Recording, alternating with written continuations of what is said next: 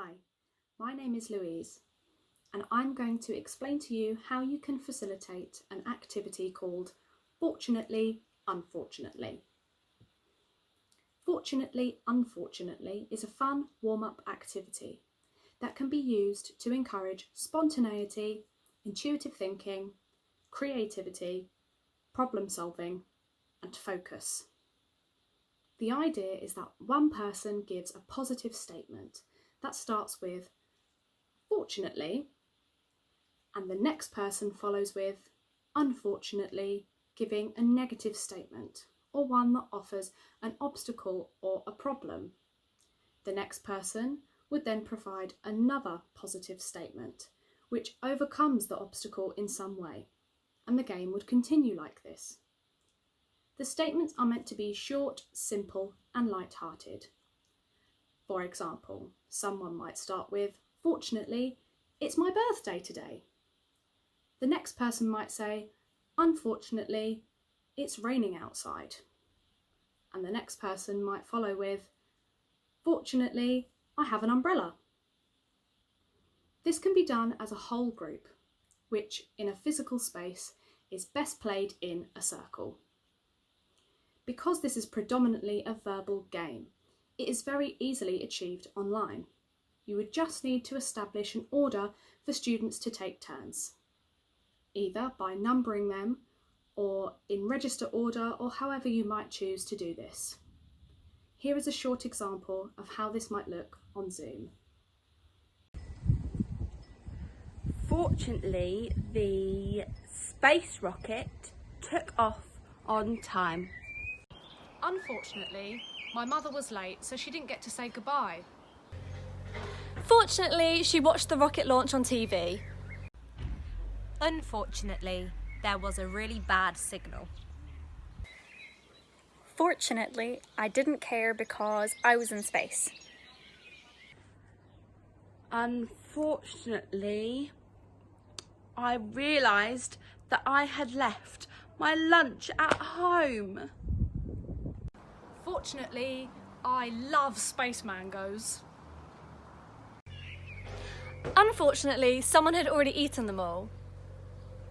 Fortunately, there was some space pineapple.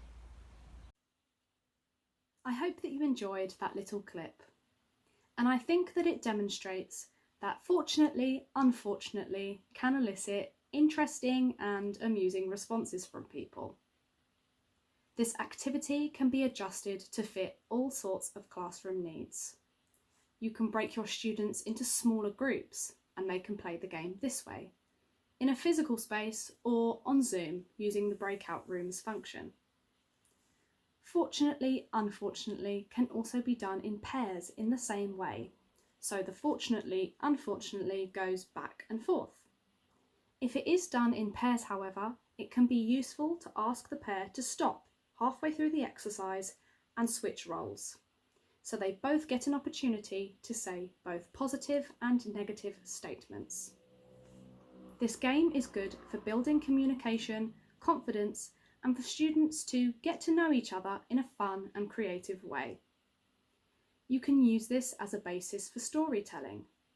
Groups can feed back on funny or interesting moments that stood out to them, which can become stimuli.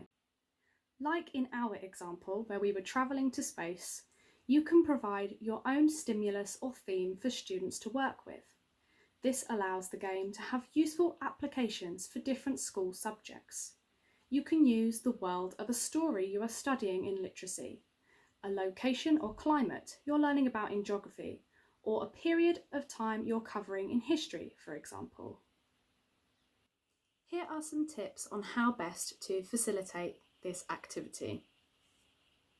Demonstrate an example with a colleague or a confident student. This will help make the instructions clear. Clarify any questions they might have, and make sure they understand that their statement is not to completely invalidate the previous person's statement. For example, "Fortunately it was the weekend" cannot be followed by "Unfortunately it was Wednesday," because it wouldn't make sense. Encourage their creativity by making bold or imaginative statements in your demonstrations and when it's your turn in the game. Validate and reinforce their offers with occasional positive responses to comfort and relax your students. And most importantly, enjoy. Have fun creating silly scenarios with your students and helping them to discover, learn and build confidence. Thank you for watching, and hopefully you found this useful and you enjoy having a go at facilitating Fortunately, Unfortunately.